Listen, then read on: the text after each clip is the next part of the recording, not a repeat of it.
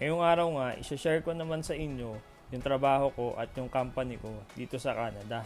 At para na rin sagutin yung mga tanong at yung mga message nung mga kabayan natin dyan sa Saudi. Kung ano nga daw ba yung naging difference or ano daw ba yung naging connect ng trabaho ko sa Saudi at yung trabaho ko ngayon dito sa Canada.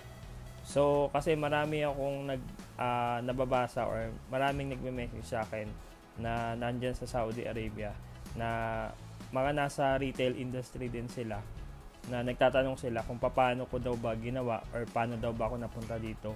So, kasi marami silang tanong about doon na sa Canadian Tire daw ako, ba't daw ako napunta sa Canadian Tire? Tapos, ang iniisip nila is, ano daw ba yung binebenta dito? Puro gulong lang daw ba? Kasi nga, from the word Canadian Tire is yun yung pumapasok sa isip nila. So, hindi lang isa yung nagtanong kasi.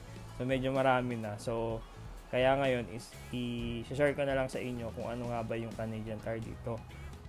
So, sisimulan ko muna sa pag-difference ng dalawang company na napasukan ko. So, yung company ko sa Saudi at yung company ko ngayon dito sa Canada. So, umpisahan ko muna dun sa company ko sa Saudi, which is yung Jazeera Fashion Co. Ltd. Ang brand namin doon is Red Tag. So, way back 2015, nung nagkaroon ako ng first contract sa Red Tag, tapos nag-exit ako nung 2018. Tapos, bumalik ako ng 2019. So, may almost 1 year akong na nagpahinga sa Pilipinas. Tapos, 2019 is nagkaroon ulit ng hiring ang Red Tag sa Pilipinas sa CDK International. So, yun yung agency, yung naging agency ko sa Pilipinas papunta sa Saudi, yung CDK International. So, 2019 is nagkaroon sila ng hiring. Tapos, nagpunta ako noon. So, nabigyan naman ako ng panibagong kontrata. So, nakabalik ako ng 2019. Tapos, nag-exit ako nitong 2014 bago ako magpunta dito. Yun. So, ano nga ba yung Red Tag dyan sa Middle East? So, ang Red Tag is medyo kilala yan pagdating sa fashion dyan sa Middle East. So, nasa fashion industry sila. So, under by the retail pa rin. So, meron silang men's, merong ladies, may kids, tapos meron ding non-fashion. So, sa non-fashion is apat na nahahati yung non-fashion. So, may homeware, home bath, home bed, tsaka home decor. So, yun kasi yung pinaka-market ng Red Tag talaga, yung kumbaga sa retail. So, ano nga ba yung naging connect nun sa trabaho ko ngayon?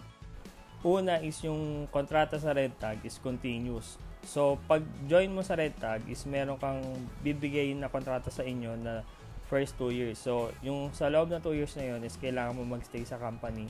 Kasi pag umalis ka ng hindi natapos yung 2 years is pwede ka nilang singilin. Kasi nga is pirma ka ng kontrata ng 2 years. Pero after nung 2 years na yon is continuous na yon. So, kahit gusto mo na magtuloy, tapos tatanungin ka lang nila taon-taon kasi ma-expired yung ikama mo o yung resident ID mo doon. Pag hindi mo na pinarenew yun, so ibig sabihin is tatapusin na rin nila yung magiging kontrata mo. Pero kung bibigyan mo sila ng consent na ituloy pa rin, is tuloy-tuloy pa rin yung kontrata mo. So wala siyang end of contract na tinatawag kagaya sa Pilipinas. So, sa Red Tag is continuous yun. Kung gusto mo pa rin magtrabaho or nang tuloy-tuloy is okay lang. Tapos, sa Red Tag is, ang pasok namin sa isang linggo is 6 na araw. Tapos, isang araw na day off. So, sa isang linggo na pumapasok kami ng 6 na araw is nire-required kami na pumasok ng 10 hours a day. Kasi sa Red Tag is, binabayaran doon is per day. Ang daily routine ko nung nasa Red Tag ako, ang palagi kong hawak is yung hanger. Tapos yung mga implementation is sa akin din yun, ako din yung gumagawa ng bawat implementation na yun. Tapos yung lahat ng department na nabanggit ko kanina is under sa akin yung lahat. So ako din yung nag-i-implement sa bawat department na yun kung nagkakaroon ng implementation. So ano nga ba yung mga nagiging implementation sa Red Tag? So una is yung sa promotional, yung yung offer ng red tag is buwan-buwan is nagkakaroon talaga siya ng offer. So for example, nagkakaroon siya ng sale, special offer, voucher, tas buy to get one, tas nagba-buy one get one, nagpa-flat 30. So lahat ng ngayon is kailangan mo i-scan by department, tapos kailangan mo siyang mai-highlight. So doon lang din umiikot yung trabaho namin. So kailangan mo siyang mai-implement kasi merong date ng implementation na yon. So kailangan mong maipasa yung confirmation images that time dun sa date na ibinigay nila. Tapos nga is every week or every Thursday before the day off is nagkakaroon kami ng report. So kailangan naming maipasa yung report or yung mga nagawa during that week sa PPT. So may report kami na ginagawa every week doon. Ngayon naman is yung company ko dito sa Canada. So under ako ng Canadian Tire dito. So sa nagtatanong at sa nagsabi na puro gulong lang daw ba yung binebenta dito, is totoo yun. Meron naman talaga kaming binebenta na gulong dito sa Canadian Tire. Kasi nga from the word ng Canadian Tire or sa company name. Kasi nagsimula naman talaga tong Canadian Tire is sa Talyer. So yun talaga yung pinaka main market nila before. Pero ngayon kasi is nagkaroon sila ng store. So yung store na yon sa kabilang side or dikit nung tindahan na yun is Talyer naman. So kaya siya naging Canadian Tire. So doon sa loob ng store, andun ako pumapasok. So meron kami doon ng hardware. So ano-ano nga ba yung meron doon sa hardware? So meron diyang mga pako, yung mga tools na pang carpenter, tapos sa mga faucet, tapos yung sa mga ilaw, tapos yung ano-ano pa, may mga pintura pa nga. Tapos meron ding houseware. So sa houseware is meron mga gamit sa bahay, mga rice cooker, so air fryer, so yung mga ganun. Tapos meron ding sports. So sa sports andun yung sa mga pang fishing, tapos yung sa mga pang camping, so sa mga pang basketball, so may mga bike din, tapos may party city rin na tinatawag, tapos may seasonal. So yung seasonal naman is para siyang depende sa season. For example, kung magpapasko, so may area kami doon na for seasonal na puro pampasko yung magiging tinda sa lane na yun. So may compare ko siya kung nasa Saudi ka is yung para siyang malaking sako.